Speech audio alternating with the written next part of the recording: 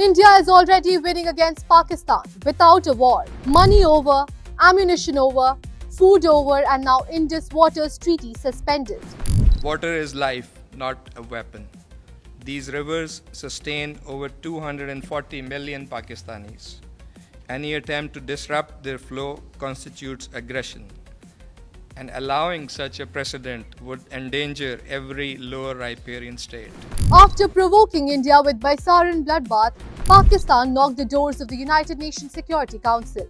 But to no avail. Even iron brother China failed to support Islamabad. Pakistan was already battling a crisis, and now it has invited India's wrath after the brutal Pahalgam terror attack. And now it's time for India's response. Air sirens to safety drills, Bharat is ready to act.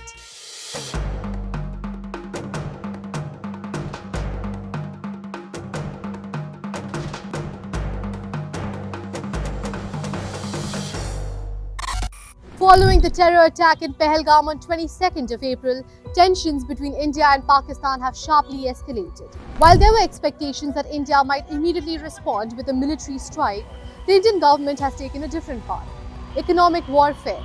And it's working.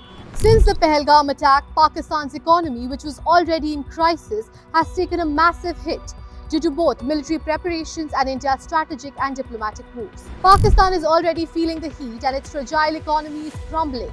On one hand, Pakistani leaders are making loud, provocative war cries against India. On the other hand, the ground situation is bleak. Reports indicate that Pakistan can't even sustain 96 hours of full-scale war due to massive shortages in artillery and ammunition. The military's backbone is crumbling. To make matters worse, India has choked Pakistan's water supply. After suspending the Indus Waters Treaty, India has shut the gates of Balihar and Salal dams on the Chenab River, cutting off a critical water source. This is India's modern-day surgical strike: strategic, silent, and devastating. Let's break it down. How is Modi government's surgical strike destroying Pakistan daily? First, Pakistan's military expenses. According to reports, Pakistan's Army, Navy and Air Force are spending $1.5 million to $3.2 million every day on emergency deployments, combat air patrols and missile testing. $800,000 to $1.8 million are spent daily just to man the line of control. $150,000 to $400,000 are spent daily for the Air Force to keep jets like F-16 and JF-17 in the air. $100,000 to $500,000 are spent daily for the Navy to patrol key ports like the Karachi and Gwadar port. $100,000 to $500,000 are spent on recent ballistic missile tests. This means that Pakistan could be spending up to $96 million extra in a month, putting enormous pressure on its already tight $7.6 billion defense budget. The fear of war has made investors nervous. The Pakistani stock exchange has lost over $4 billion in market value, showing how fragile investor confidence has become. At the same time, the Pakistani rupee has fallen by 30% compared to the year 2024, making imports more expensive and increasing inflation. Well, the IMF has also downgraded Pakistan's GDP growth forecast to 3.2% for the year 2025.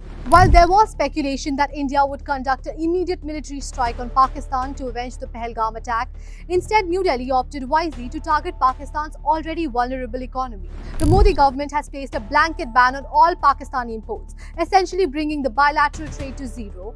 It has closed the key Atari-Wagah border and suspended the critical Indus Waters Treaty. Economic experts believe that this would have a huge impact on Pakistan's economy.